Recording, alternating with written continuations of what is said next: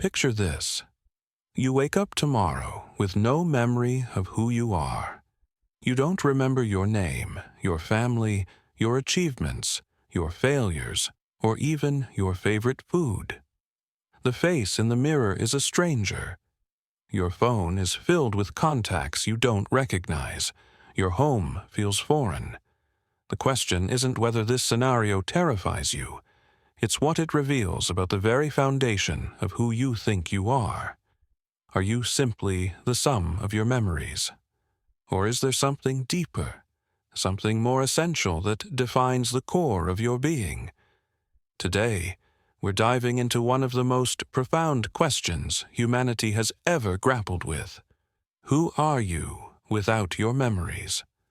Welcome back to Strong Male Figure, where we explore the depths of human potential and the questions that forge stronger, more conscious men. I'm your host, and today, we're venturing into territory that philosophers, neuroscientists, and thinkers have debated for centuries. This isn't just abstract philosophy.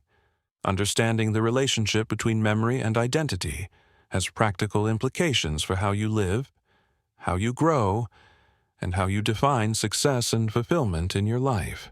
By the end of this video, you'll have a framework for understanding your true self beyond the stories you tell yourself. Let's start with the obvious. Our memories seem to be everything. Think about how you introduce yourself to someone new. You don't say, "I'm a collection of atoms arranged in a particular pattern." You say, "I'm John, I'm from Chicago, I work in marketing, I played football in college, I have 2 kids." Every single piece of that introduction is memory. Your name, your hometown, your career, your past experiences, your relationships, all stored information that you've accumulated over time. Psychologists call this autobiographical memory, and it forms what we think of as our personal narrative. This narrative isn't just a collection of facts. It's the story we tell ourselves about who we are. The shy kid who became confident, the athlete who overcame injury, the man who built a business from nothing. These stories, built from memories, seem to define us completely. But here's where it gets interesting. Neuroscience shows us that these memories aren't as reliable as we think. Every time you recall a memory, you're not playing back a recording, you're reconstructing it. Your brain fills in gaps, adds emotional coloring based on your current state, and sometimes creates entirely false memories that feel completely real. So if the foundation of your identity is built on imperfect, changeable memories, what does that say about who you really are? Let's look at what happens in the brain when memory and identity collide. Patients with severe amnesia, like the famous case of Henry Molaison, who lost the ability to form new memories, give us incredible insights into this question. Henry couldn't remember meeting someone 5 minutes after they left the room. He couldn't remember what he had for breakfast or what year it was. By our normal definition, he should have lost his identity completely. But remarkably, he didn't. His personality remained intact. His preferences, his sense of humor, his emotional responses, all of these persisted, despite his inability to form new memories. This suggests that identity operates on multiple levels. There's your explicit identity, the stories and facts you consciously remember about yourself. But there's also an implicit identity, deeper patterns of behavior, emotional responses, and ways of being that seem to exist independently of conscious memory. Studies of patients with Alzheimer's disease reveal similar patterns. Even as explicit memories fade, core aspects of personality often remain remarkably stable. A kind person tends to remain kind. A curious person maintains their curiosity. A determined person keeps fighting, even when they can't remember what they're fighting for. This points to something profound. You are not just your memories. You are something deeper, something more fundamental that persists even when the stories change. Philosophers have wrestled with this question for millennia, and their insights are remarkably relevant to how we think about personal growth and masculinity today. John Locke, the 17th century philosopher, argued that you are your memories, that personal identity is nothing more than the continuity of consciousness and memory. By this view, if you lost all your memories, you would literally become a different person. But other philosophers pushed back. David Hume suggested that the self is an illusion, that what we call identity is just a bundle of perceptions and experiences with no underlying substance. When you look for your self, you find only thoughts, feelings, and memories, but no actual core being. Then there's the Buddhist perspective, which takes this even further. Buddhism teaches that the self is fundamentally an illusion, that attachment to a fixed identity is the root of suffering. From this view, losing your memories might actually be liberating, freeing you from the prison of past conditioning. But perhaps the most relevant perspective for our discussion comes from existentialist philosophers like Jean-Paul Sartre, who argued that you are not what you have been, but what you choose to become. Your essence isn't found in your past, but in your capacity to create yourself anew in each moment. This view suggests that while memories inform your identity, they don't determine it. You have the power to choose who you are, regardless of what you remember about your past. This isn't just philosophical speculation.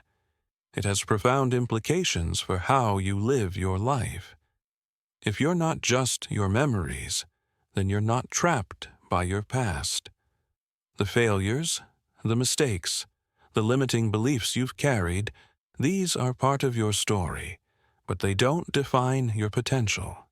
Think about the men who've transformed their lives completely. The overweight man who becomes a fitness enthusiast, the shy introvert who becomes a confident leader, the broke dreamer who builds an empire.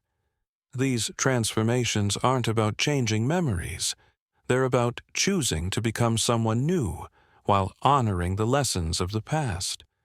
Your memories provide data, but they don't provide destiny. Every morning, you wake up with the opportunity to choose who you want to be. The question isn't, what does my past say about me? But what do I choose to create today? This perspective is incredibly liberating for men who feel stuck. Maybe you remember being rejected, failing, or not measuring up.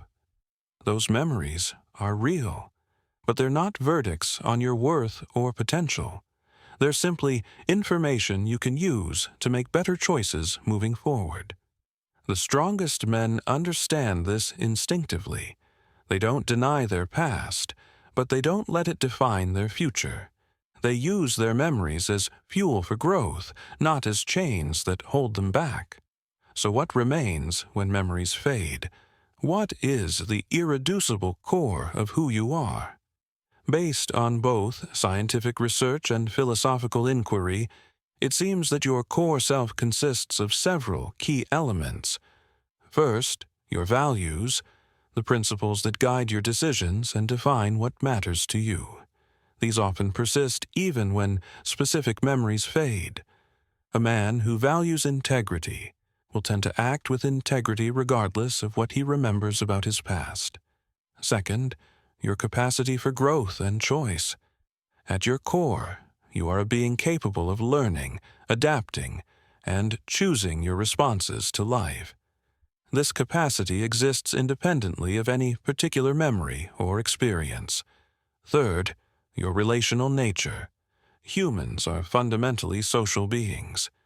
Even without memories, we seek connection, meaning, and purpose through relationships with others. This drive toward connection seems to be part of our essential nature. Finally, your consciousness itself, the awareness that experiences thoughts, feelings, and sensations.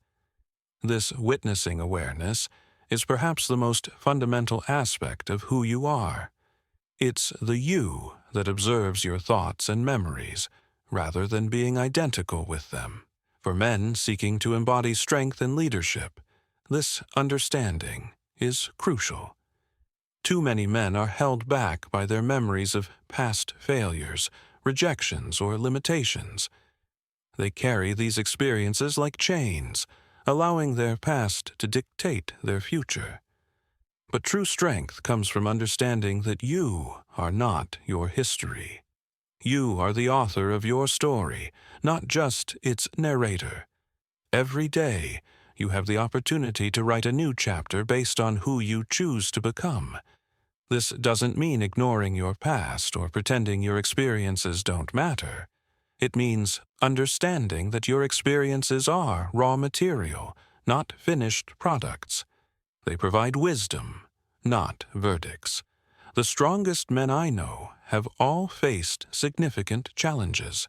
They've all been shaped by their memories, but they've also all recognized that their power lies not in their past, but in their present capacity to choose and act. When you understand that you are not your memories, you free yourself from the tyranny of the past. You can acknowledge your failures without being defined by them. You can learn from your mistakes without being imprisoned by them. You can honor your experiences without being limited by them. Here's what this means practically. Starting today, you can begin to separate your identity from your memories. This doesn't mean developing amnesia.